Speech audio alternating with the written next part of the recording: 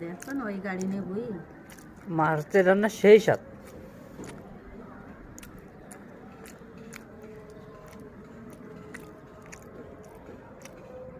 এত স্বাদ কেমন সেই লাগছে আমার কাছে, সেই শীতকালে ছাদে বসে ভাত খাওয়া সেই স্বাদ। একবারে বুড়ি তেলে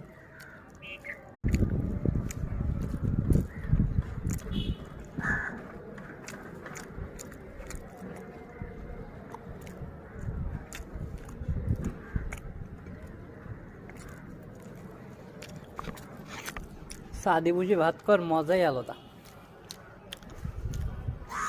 শীতকালে ছাদে বসে ভাত খাওয়া সেই স্বাদ।